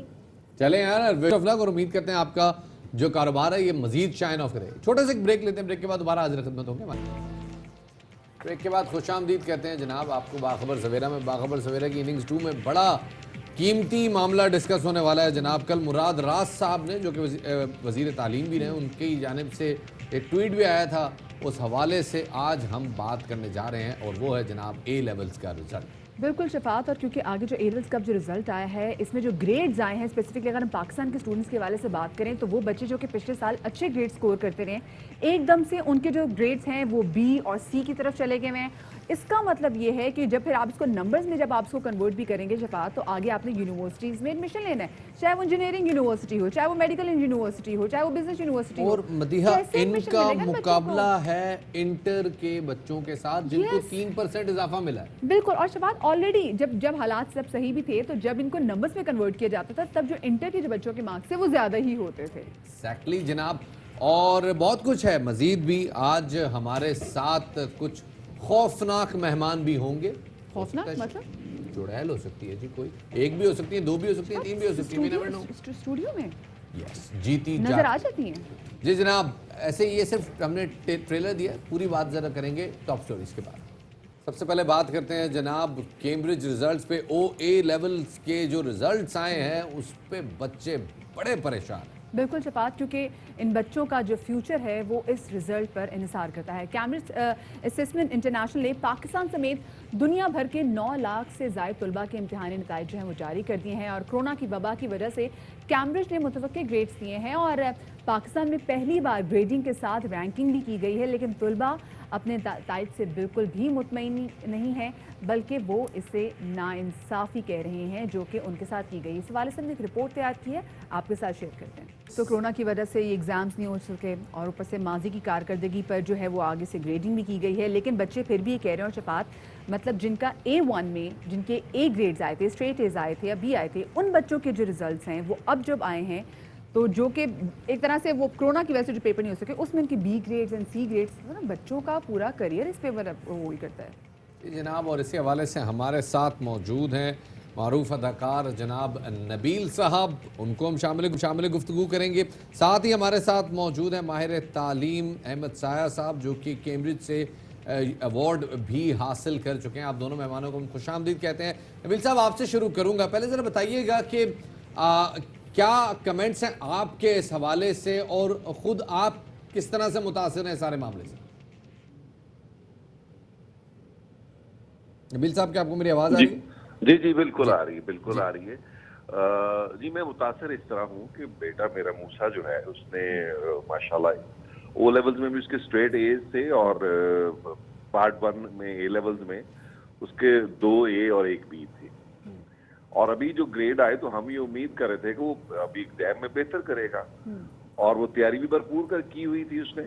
हुआ ये कि वो कोरोना का सिलसिला जब भी शुरू हुआ तो पता चला कि एग्जाम्स तो हो नहीं रहे, और वो पिछले जो 3 साल का रिजल्ट है उस पे वो ग्रेड्स करेंगे। लेकिन उस देखने में ये आया कि जब ग्रेड्स आए हैं तो वो बिल्कुल डाउन ग्रेड कर दिया गया, यानी BBC कर दिया गया। अब वो बेहतरीन जितने भी यूनिवर्सिटीज में अप्लाई किया होता है, मेडिकल यूनिवर्सिटीज में, उनके वो उसको मैच ही नहीं कर पा रहे। और वो अच्छा मैं उस पर नाराज हो रहा था कि मूसा ये किस तरह हुआ है, तो पता चला कि वो तकरीबन ऑलमोस्ट जितने भी स्टूडेंट आसपास थे वो सभी बेचारे यही कंप्लेन कर रहे हैं कि जिसके मतलब A1 था वो B.C के ग्रेड उनको दे दिए। और मैं वो पढ़ रहा था कि स्कॉटलैंड में उन्होंने उनके जो लोग बच्चे हैं उनको अपग्रेड कर दिए, यानी जिसका B था उसको A कर दिया। तो ना समझ आने वाली बात हुई है। अच्छा, और ये नबील भी कहेगा कि इस तमाम सूरत हाल में जो कि कोविड-19 की सूरत हाल, बच्चे ऑलरेडी अपने स्कूल से दूर, बड़ी बच्चों ने तैयारी भी की हुई थी इन एग्जाम्स के वाले से, एग्जाम्स भी नहीं दे सके, उनकी एग्जाम की तैयारी बड़ी अच्छी थी, माँ बाप बड़ा इन्वेस्ट करते हैं अपने बच्चे की पढ़ाई पर, ना सिर्फ वो स्कूल जाते हैं, बच्चे ट्यूशन से अलहदा जाते हैं, और ऐसी तमाम सूरत हाल में जब वो ऐसा रिजल्ट देखते हैं, क्योंकि कल ट्रेंड भी चल रहा था कि कैम्ब्रिज ग्रेडिंग इज अनफेयर, कितना डिसहार्टनिंग है ये बच्चों के लिए भी और उनके पेरेंट्स के लिए भी। मैं समझता हूँ हमारे लिए तो चले बहुत शदीद है कि एक बच्चा इतनी तैयारी करके बैठा हो और पिछले भी उसके ग्रेड्स अच्छे हो। एक तो हो ना कि कोई अभी इम्प्रूव करना था ग्रेड्स को, वो पिछले भी ग्रेड्स अच्छे लेके चल रहा है और इस वक्त भी अच्छी तैयारी करके बैठा हुआ है। और कोरोना से, और ये एक्सपेक्टेड था, मतलब मेरे बेटे के लिए तो इतना अनएक्सपेक्टेड था ये रिजल्ट जो आया है, क्योंकि वो ये समझ रहा था कि बाबा जो लास्ट टाइम दिए कम से कम वो दे देंगे, ओके, यानी मेरे 2 A's हैं 1 B है, चलो यही आ जाएगा। ये नबील साहब जरा इसका स्ट्रक्चर जरा समझते हैं, हमारे साथ अहमद साया साहब मौजूद हैं, जरा उनसे बात करते हैं। सर ये बताइएगा ये कैसे पॉसिबल है कि एक बच्चा O लेवल्स में स्ट्रेट एज ले रहा है, उसके बाद जब उसका AS का रिजल्ट आता है तो वो B.C उसको कर दिया जाता है, ये पॉसिबल है? जी अहमद साया साहब। देखें, पहले तो इशू ये है कि हमें समझना है कि एग्जैक्टली प्रॉब्लम क्या हुआ। जो कैम्ब्रिज ने अपना ग्रेडिंग सिस्टम बताया था विद रिस्पेक्ट टू कोविड-19, उन्होंने कहा था कि एग्जाम्स हम लेंगे नहीं और स्टूडेंट्स जो हैं उनको एविडेंस बेस्ड ग्रेडिंग या प्रेडिक्टेड ग्रेडिंग पे हम ले जाएंगे। अच्छा, उसमें भी 2 मसले थे। जो स्कूल गोइंग कैंडिडेट्स थे उनको तो ये अपॉर्चुनिटी मिली थी, जो प्राइवेट कैंडिडेट्स थे उनमें से O लेवल्स और AS को ये अपॉर्चुनिटी नहीं दी गई, इनफैक्ट सिर्फ A2s को ये अपॉर्चुनिटी मिली थी। हुआ ये अनफॉर्चुनेटली कि जब रिजल्ट आया तो there is a mixed response. जिनके ग्रेड्स एज पर देयर एक्सपेक्टेशन आ गए या they got the grades which they thought के वो डिजर्व करते हैं, वो तो बहुत खुश हैं और वो कह रहे हैं कि भाई कैम्ब्रिज ने जो ग्रेडिंग क्राइटेरिया रखा है that is absolutely fair and correct. But on the other hand all those students जो अनफॉर्चुनेटली अपने डिजायर्ड रिस्पेक्टिव ग्रेड पे नहीं पहुंच सके, they are of the opinion that the grading is unfair. As far as overall things are concerned, yes, ये देखा गया है कि बहुत सारे ऐसे स्टूडेंट्स जिनका O लेवल्स रिजल्ट्स बहुत आउटस्टैंडिंग है, उनका अनफॉर्चुनेटली AS में डाउनग्रेड किया गया उनको। सिमिलरली वो स्टूडेंट्स जिनका AS ग्रेड बहुत अच्छा था वो भी अनफॉर्चुनेटली बहुत नीचे गए। लेकिन अब प्रॉब्लम ये है कि ऐसा हुआ क्यों। देखिए, कैम्ब्रिज ने 4 स्टेप प्रोसीजर बताया था। पहला स्टेप था कि जो भी सेंटर्स हैं, centres are the schools, schools जो हैं वो अपने हर स्टूडेंट के जो एविडेंस बेस्ड ग्रेड पे जाना चाह रहे हैं उनके तमाम एविडेंसेस कलेक्ट करें of their performance through out the year, and उन एविडेंस की बेसिस पे वो हर बच्चे को एक ग्रेड अलॉट करें along with the ranking order, कि अगर फॉर एग्जांपल A ग्रेड दिया है उन्होंने 6 बच्चों को, तो उन 6 में रैंक क्या है, first, second, third, fourth, fifth, sixth. B दिया है अगर उन्होंने 16 बच्चों को, तो उन 16 बच्चों की रैंकिंग क्या है, so on and so fourth.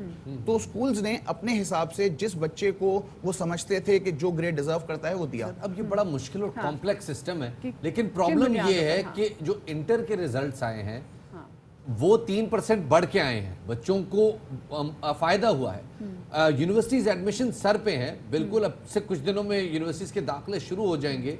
जो A लेवल्स के बच्चे हैं वो बड़ा सेटबैक मिलेगा उनको। तो सर आप क्या समझते हैं कि क्या किया जा सकता है, क्या A लेवल से बात की जाए या महकमा तालीम इसमें इंटरफेयर करे और इन बच्चों को कुछ इजाफी मार्क्स या इजाफी ग्रेड क्या कैसे सॉर्ट आउट होगा ये मामला? देखिए मेरे ख्याल में एजुकेशन मिनिस्ट्री को इन्वॉल्व तो होना चाहिए। इट्स वेरी इंपॉर्टेंट बिकॉज जिनके साथ अनफेयर ग्रेडिंग हुई है या जिनको एटलीस्ट लग भी रहा है कि उनके साथ अनफेयर ग्रेडिंग हुई है, उनको जस्टिस तो मिले, उनको पता तो चले exactly what went wrong on their part. Because अगर इंटरमीडिएट स्टूडेंट्स को एक्स्ट्रा परसेंटेज मिलके उनके पास एक एडेड एडवांटेज हो गया तो considering the Covid situation, considering the fact कि बच्चों को एक एडवांटेज देना चाहिए, उनको डाउनग्रेड करने का क्या एग्जैक्टली बल्कि अहमद साहब एक तरह से बच्चों को पेनलाइज किया गया है। मुझे नबील आप ये बताएगा कि अब पेरेंट्स के पास अब ऐसी क्या ऑप्शन बची है कि वो दोबारा से पैसे जो है वो जमा कराएं ताकि वो अक्टूबर नवंबर में जो बच्चों के होने वाले कैम्ब्रिज एग्जाम है उनमें अपीयर हो सकें? जी मेरा जाती ये ख्याल है कि उसमें भी वो ग्रेडिंग इसी तरह की करेंगे, उसके लिए गैप ईयर लेना पड़ेगा और गैप ईयर का मतलब है बच्चे का 1 साल जाया हो जाएगा क्योंकि, और दूसरी बात ये है कि यूनिवर्सिटीज तो नीचे नहीं करेंगी अपने मेरिट को, तो पूरा उनको पूरा देना पड़ जाएगा। यानी अगर उनके पहले 3 A's आए हुए हैं तो उनको पूरा से दोबारा देना पड़ जाएगा। और नबील साहब वैसे जो इस वक्त सिस्टम है जो जैसे एक्सप्लेन किया अहमद साहब ने, वो तो बड़ा कोई तवील सिस्टम लग रहा है और ऑब्वियसली इतनी जल्दी उस पर रिव्यू नहीं हो पाएगा। आपको क्या लगता है कि महकमा तालीम क्या कर सकता है ऐसे मौके पे उन बच्चों के लिए जिनके ग्रेड्स कम हो गए हैं? जी मुझे लगता है इनको मेरा ख्याल है स्कूल को चाहिए जो भी, जिस तरह अब मेरा जो बेटा था यहाँ बेस्ट मैं समझता हूँ इस वक्त निक्सर एक बेहतरीन स्कूल है, वहाँ से बेहतरीन सभी पूरा स्कूल ही मुतासर हुआ है उनका। तो मेरी समझ में तो आ नहीं आ रहा, मुझे लगता है कि गवर्नमेंट को या स्कूल को चाहिए कि वो क्लेम करे कैम्ब्रिज के साथ कि भाई इसको आप रिव्यू करें। ये कैसे हो सकता है कि एक बच्चा स्ट्रेट A's ले रहा हो आप उठा के भी दे, मतलब कोई तो क्राइटेरिया होगा ना। आपने कौन सी परफॉर्मेंस देखी है यार? आपके पास 3 रिजल्ट हैं, O लेवल के 2 और 1 A लेवल का, तो आप उसी पे कंसीडर करेंगे ना। तो आपने कौन सी, मतलब मुझे नहीं समझ आ रही। उसमें तो पूरा ऐसे लग रहा है जैसे कोई दोबारा अर्निंग का इन्होंने प्रोसेस बना लिया और पाकिस्तान को क्यों टारगेट कर दिया यार? और स्कॉटलैंड में आप और इंग्लैंड में आप ग्रेड कर रहे हैं, जो B था उसको A कर रहे हैं। मुझे लगता है इसमें हमारे वजीर तालीम जो है, ये जो तासुर है कि स्कॉटलैंड में ग्रेड्स इंप्रूव हुए, इंग्लैंड में ग्रेड्स इंप्रूव हुए, पाकिस्तान में डाउन हुए, इसमें आपको लगता है कि मैटर है? देखें अगर तो उन्होंने कहीं पे भी ग्रेड्स रिवाइज किए हैं, बी इट स्कॉटलैंड, इंग्लैंड और whatever whichever country, then उनको पाकिस्तान में भी ग्रेड्स रिवाइज करना जरूरी है। क्योंकि वो अनफेयर निज़ाम तो नहीं है ना। इफ दे क्लेम कि हम लोग बहुत फेयर करते हैं और हम स्टूडेंट सेंट्रिक बॉडी हैं, हम स्टूडेंट्स का बहुत ख्याल करते हैं, तो वो ख्याल पाकिस्तानी स्टूडेंट्स का भी होना चाहिए। और अपील प्रोसेस है, बिल्कुल there is a process that they have given कि अपील कर सकते हैं अगर आप लोग को लगता है कि आपके साथ इनजस्टिस हुई है, तो वो अपील प्रोसेस कितना लंबा होगा ताकि जो पेरेंट्स जो स्टूडेंट्स हमें देख रहे हैं, यार बच्चे तवातुर से हम देख रहे हैं, ट्वीट भी कर रहे हैं, उनको भी पता हो कि अगर हम अपील के प्रोसेस की तरफ जाएंगे तो हमारा उतना वक्त नहीं लगेगा क्योंकि ऑफ कोर्स उनको दोबारा तैयारी भी करनी है। देखिए अपील इंडिविजुअल स्टूडेंट नहीं कर सकता, अपील स्कूल को करनी है। क्योंकि अगर स्कूल को लग रहा है कि उनके साथ इनजस्टिस हुआ है तो it's injustice with the whole school, so the whole school have to talk to Cambridge and there is an appeal process that they have given कि आप इस तरह अपील करें, ये सेट्स एंड ये प्रोटोकॉल्स हैं, and we'll revisit the entire cohort कि उस पूरे कोहॉर्ट में अगर ओवरऑल सबके ग्रेड डाउन हुए हैं as compare to what was their expectations, then process जिसके थ्रू अपील हो सकती है। बहुत शुक्रिया जी, एमएस साहिब हमारे साथ मौजूद थे और वो अपील स्कूल ही कर सकता है, और साथ में नबील हमारे साथ मौजूद थे। पेरेंट और जो स्टूडेंट्स हैं वो इस वक्त काफ़ी ज़्यादा परेशानी से दुचार हैं क्योंकि समहाउ ये जो रिजल्ट आया है इन्हीं की बुनियादों पर आगे यूनिवर्सिटीज़ में शफात उनको एडमिशन मिलेगा, और यूनिवर्सिटी जैसे नबील भी कह रहे थे वो अपना मेरिट नीचे नहीं करेंगे, और अगर वो 1 साल का वेट भी करते हैं तो नेक्स्ट ईयर आप खुद सोचें कि मजीद कितने स्टूडेंट्स होंगे, तो मजीद कितनी सीट्स अवेलेबल होंगी। डेफिनेटली जी, बड़ा मुश्किल हो जाएगा, खासतौर पे जो अच्छी यूनिवर्सिटीज़ हैं उनमें A लेवल्स के बच्चों के दाखिले के लिए या तो कोई स्पेशल मेरिट अनाउंस हो, या फिर जो इंटर का जो ओपन मेरिट पॉलिसी है उसमें जो इक्विवेलेंट बनता है उसको थोड़ा सा रिवाइज किया जाए और उसमें इजाफी नंबर रखे जाएं। प्राइवेट स्कूल्स के हवाले से बात करते हैं। जनाब, सिंध हुकूमत ने वाजे कर दिया है कि 15 सितंबर से पहले स्कूल खोलने वालों के खिलाफ कार्रवाई होगी। डायरेक्टरेट प्राइवेट स्कूल्स के मुताबिक किसी भी स्कूल को 15 अगस्त से खोलने की इजाजत नहीं है। तालीमी इदारे हुकूमती अहकाम के मुताबिक ही खोले जाएंगे। वालिदैन बच्चों को स्कूल भेजने से गुरेज करें और खिलाफ वर्जी करने वाले स्कूलों के खिलाफ कानूनी कार्रवाई भी की जाएगी। डायरेक्टरेट प्राइवेट स्कूल्स ने स्कूलों को आगाह भी कर दिया है और वालिदैन को कोर्स और दीगर अशिया की खरीदारी के लिए ये भी कहा गया है कि उनको पाबंद ना किया जाए। वालिदैन अपनी सहूलत के मुताबिक जहां से चाहें खरीदारी करें, जहां से चाहें वो बच्चों की बुक्स खरीदें या बच्चों को यूनिफॉर्म खरीदें। दूसरी जानिब प्राइवेट स्कूल्स ने हुकूमत का 15 सितंबर से स्कूल खोलने का ऐलान एक बार फिर से मुस्तरद करते हुए स्कूल 15 अगस्त से खोलने का ही ऐलान किया है। और अब ये देखेंगे कि 15 अगस्त अब आने वाली है तो जो प्राइवेट स्कूल्स हैं वो क्या करते हैं, वो स्कूल खोलते हैं या नहीं खोलते। लेकिन अगर खोलेंगे तो ये याद जरूर रखिएगा कि अभी अमरीका में 2 हफ्तों के दौरान 97,000 यानी कि 1 लाख बच्चा अभी कोरोना से मुतासर हुआ है और उन्होंने भी स्कूल खोले थे। तो ये सूरत हाल को ज़हन में ज़रूर रखिएगा। आगे बढ़ते हैं जनाब, और अब बात करते हैं एहसास नशोनुमा प्रोग्राम की, जिसमें मुल्क के 9 अज़ला के 33 मराकज़ में एहसास नशोनुमा प्रोग्राम का आगाज़ कर दिया गया है, जिसके तहत एक घराने में 2 बच्चों को सपोर्ट किया जाएगा और माओं को लड़का होने पर 1500 और लड़की की पैदाइश पर 2000 रुपए फी सहमाही मिलेंगे।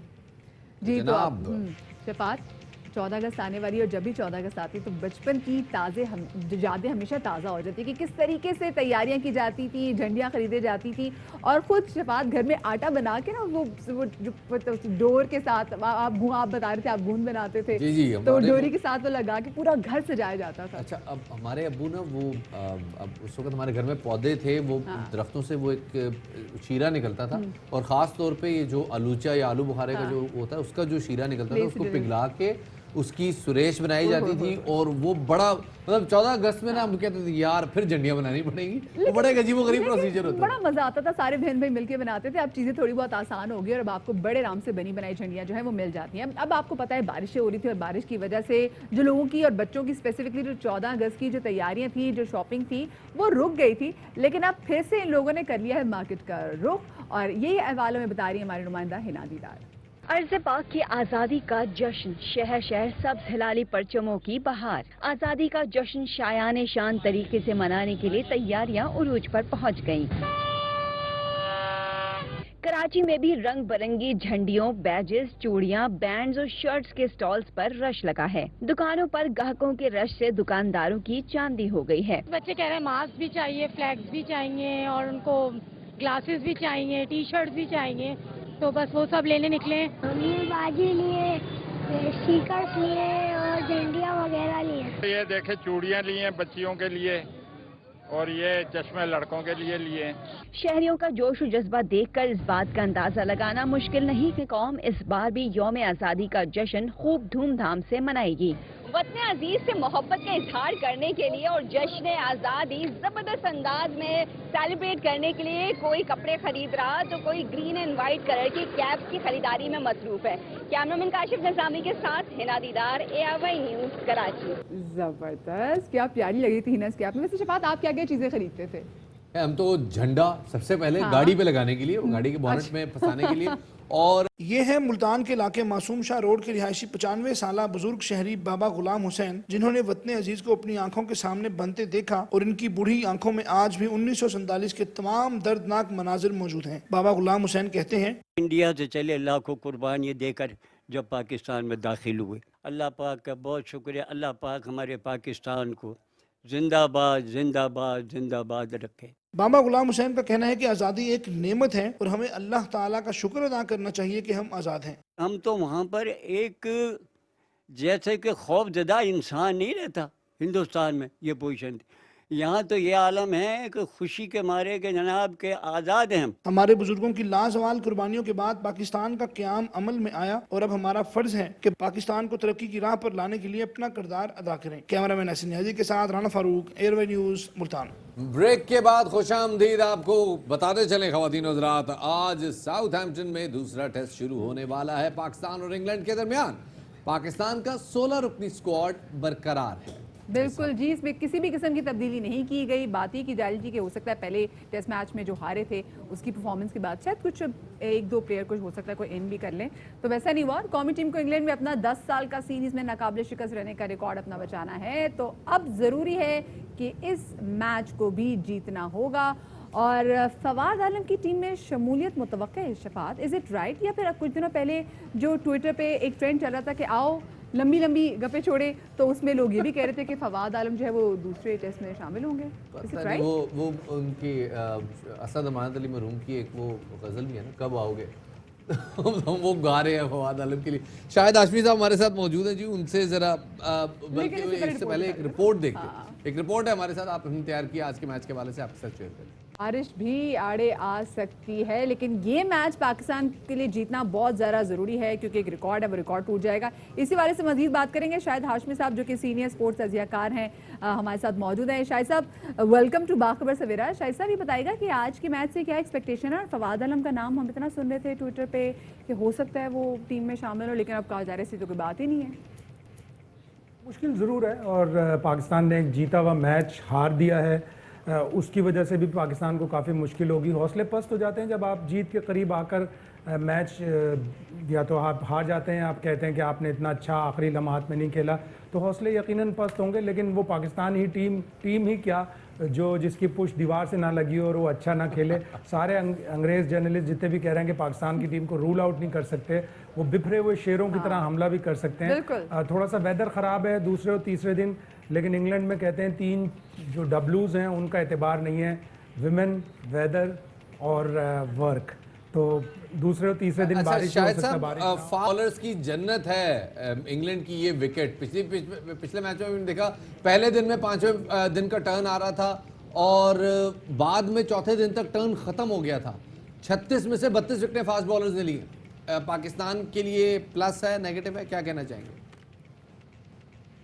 फास्ट बॉलर्स ने अच्छी बॉलिंग की थी पहले टेस्ट मैच में, लेकिन जब वो क्रूशल लम्हा आया, जब मैच फंस गया और 5 विकेटें गिर गई थी, तो उस वक्त वो फास्ट बॉलर्स इतनी अच्छी बॉलिंग नहीं कर सके। बॉलिंग कोच वक़ार यूनुस ने नसीम शाह की तारीफ़ तो बहुत की, लेकिन साथ ही साथ ये भी कहा कि वो जो उनसे हमें तवक्कुआत थी वो उस पर पूरे नहीं उतरे, उस तरह की बॉलिंग नहीं की जिस तरह हमें उनसे तवक्कुआत थी। तो उससे थोड़ा सा हिंट लग रहा है कि शायद जैसे नसीम शाह को रेस्ट देकर किसी और फास्ट बॉलर को आजमाया जाए। सुहेल खान ने प्रैक्टिस मैचों में दोनों में 5-5 आउट किए थे, लेकिन उनके लिए मशहूर है कि वो एक इनिंग के बॉलर हैं। दूसरी इनिंग्स में उनके पास इतना स्टैमिना नहीं होता। जो 8 दफ़ा उन्होंने दूसरी इनिंग्स में बॉलिंग की है, 6 दफ़ा उन्हें कोई भी विकेट नहीं मिली, एक दफ़ा 2 और एक दफ़ा 1 विकेट मिली, तो वो सिर्फ एक इनिंग्स के बॉलर कहलाते हैं। तो अब थोड़ा सा सिलेक्शन में पाकिस्तान को प्रॉब्लम है। फवाद आलम को खिलाएं 6ठे नंबर पे मुस्तनद बैट्समैन, फहीम अशरफ को खिलाएं ऑलराउंडर, या सोहेल खान को खिलाएं, वहाब रियाज को लाएं। तो 4-5 ऑप्शंस हैं, पिच देखेंगे और उसके बाद सुबह 4-5 ऑप्शंस हैं जैसे दे सकते हैं। लेकिन ये बताएगा शाहिद साहब के पिछले मैच में हमने देखा है कि जब शिकस्त के बाद बहुत ज़्यादा जो है लोगों ने तनकीद की है कप्तान अजहर अली पे। आप क्या समझते हैं कि आज के मैच में, जो आज मैच शुरू होने जा रहा है, कौन सी चीज़ें जिन पे फोकस करना चाहिए उनको? एग्रेसिव होना पड़ेगा। ये मत सोचें कि उनका बैटिंग फॉर्म नहीं है। बहुत से कप्तान ऐसे होते हैं जिनका बैटिंग फॉर्म नहीं होता, वो रन्स नहीं बना रहे होते, लेकिन उनकी टीम जीत जाती है। वो अच्छी एग्रेसिव हिकमत अमली इख्तियार करते हैं। जाएं बीच में बग़ैर डरे खेलें। वो थोड़ा सा पैड को सामने लेके आके खेल रहे हैं। Pad first line of defence नहीं होता, first line of defence bat होता है। बैट से खेलें, बैट से टॉक करें, बैट से जवाब दें लोगों को उन सारी तनकीद का। अवे सीरीज़ में जब से मतलब पाकिस्तान बाहर जाके खेलता है, उसमें सिर्फ 139 रन हैं। उनके 3 साउथ अफ्रीका के टेस्ट, 2 ऑस्ट्रेलिया के और 1 ये 6 टेस्ट मैचों में सिर्फ 139 रन हैं। अजहर एक अच्छा खिलाड़ी है, थोड़ी सी एग्रेसिव अप्रोच अपनाएगा। एक इनिंग्स दूर है वो बड़े स्कोर करने से। जब वो बड़ा स्कोर करेगा तो यकीनन उसकी कप्तानी में भी थोड़ा है। बहुत बहुत शुक्रिया जी। शाहिद हाशमी साहब हमारे साथ मौजूद थे। और वक़ार यूनुस कहते हैं कि जी गलतियाँ होती हैं तो मैच हारे जाते हैं। उनका कहना है जनाब कि इंग्लैंड के ख़िलाफ़ पहले टेस्ट में नाकामी के सब जिम्मेदार हैं। 3.5 दिन यानी कि तकरीबन 7 सेशंस मैच हमारे कंट्रोल में था। नहीं सोचा था कि मैच हाथ से निकल जाएगा, लेकिन सीरीज़ अभी ख़त्म नहीं हुई, हम बाउंस बैक ज़रूर करेंगे। आप अच्छा नहीं खेलते, अगर आप पूरा टेस्ट मैच को एनालिसिस करेंगे तो मेरा ख्याल में हम 3.5 दिन तो हम टेस्ट मैच जीत रहे थे। और क्रिकेट ऐसी फनी गेम है कि अगर सम टाइम अगली टीम अगर जब कश्तियां जला देती है और then they start playing aggressively, तो चीज़ें ऐसी हो जाती हैं। आखिरी दिन, चौथे दिन के लंच तक हम लोग मैच हमारे टोटल कंट्रोल में था। गलतियां होती हैं तो मैचेस हारे जाते हैं। तो मुझे पूरी उम्मीद है कि ये अभी सीरीज खत्म नहीं हुई है, अभी एक ही टेस्ट मैच हुआ है। उम्मीद है कि इंशाल्लाह हम लोग बाउंस बैक करेंगे। तो अच्छा भाई